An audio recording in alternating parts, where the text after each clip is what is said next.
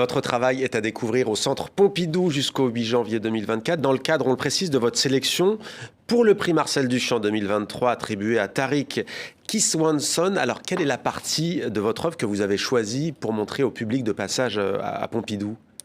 Alors, c'est un projet que j'ai conçu spécialement pour l'espace, sur lequel j'ai travaillé plusieurs mois. Le projet s'articule autour de plusieurs axes. On les voit à l'image. Hein. Oui, l'un des fils conducteurs, c'est cette idée de l'ellipse, qui est partie d'un livre dont je vais vous parler tout à l'heure. Mais c'est aussi traversé par toutes les questions liées au dessin qui traversent mon travail. Moi, dans mon travail, je puise beaucoup dans la photographie de presse. J'ai grandi avec ça. Il y a l'influence du dessin de presse aussi, parce que c'est aussi quelque chose qui fait partie de mon enfance. Et dans mon travail, il y a toujours cette idée de reconnaître des formes ou des gestes ou des postures qui semblent familières, mais sans pour autant les situer parce que je les extrais de quelque chose, je leur donne un autre contexte. Ouais, vous juxtaposez en fait ces coupures de presse, par exemple, avec des éléments parfois absurdes, mystiques. Oui. Alors l'absurde a fait partie aussi de ma vie. J'ai grandi à Alger où j'ai eu la chance d'avoir une enfance où j'ai beaucoup ri. Ça ressort beaucoup dans mon travail. Et dans mon travail aussi, il y a quelque chose qui est lié à la question de la violence. Moi, pendant la guerre civile, j'étais adolescent. Et en fait, ce qui a beaucoup marqué, c'est quelque chose qui revient dans des discussions avec des amis de ma génération notamment, c'est cette idée de sorte de menace latente. Il y a quelque chose de cet ordre-là qui se joue dans mon travail. Alors bien sûr, c'est traversé par autre chose parce qu'une œuvre est faite aussi par toutes les choses qui font une vie, c'est-à-dire les rencontres, il y a l'altérité, les artistes d'autres horizons que vous croisez. Il y a une évolution.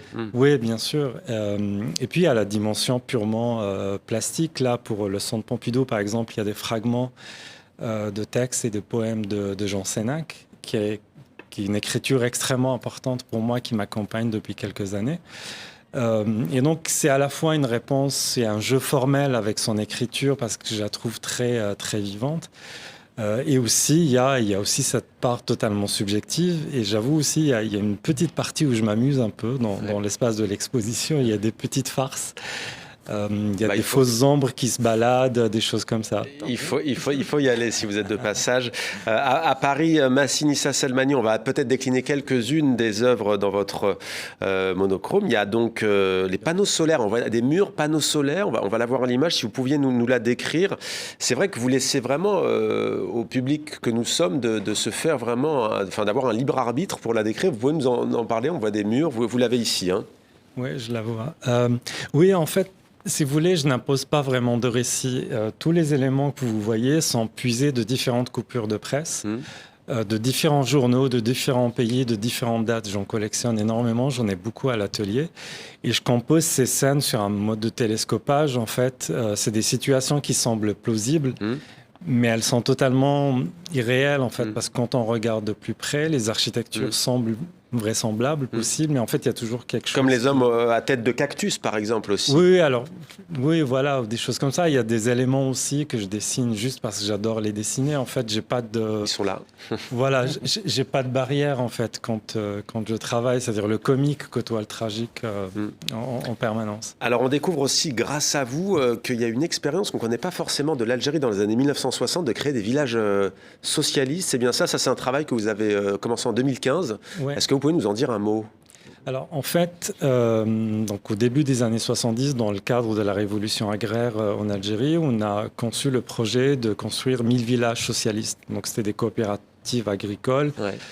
Alors pour aller vite, c'était pour sortir un peu la paysannerie de l'isolement, etc., développer l'agriculture. Il y avait peut-être une dimension symbolique de rendre les terres spoliées aux Algériens, etc. Et donc en 2015, j'étais invité à la Biennale de Venise et... on a commandé aux artistes des nouvelles œuvres, on a demandé sur quoi je travaillais. Je dis voilà, j'ai ce projet dans mes tiroirs depuis un moment. J'en ai parlé à mon père quand j'ai découvert ça dans la presse. Et c'est une phrase de mon père qui a déclenché la chose. Je pense, j'ai posé la question à mon père et mon père m'avait dit oui, bien sûr, j'ai connu ça. Le tapage autour de ça était énorme. Il dit c'est marrant que tu t'y intéresses parce que on a totalement oublié cette chose et c'est resté comme une rumeur. Et cette phrase-là m'est restée. Et donc j'ai fait le projet et là on le continue. On va montrer un deuxième volet à Alger. On a fait continuer la recherche pendant toute l'année là. Ça sera à l'espace Rhizome à Alger. Et la commissaire sera Natacha Marie-Laurence avec laquelle je collabore depuis Eh bien un voilà, certain qui est moment. dit.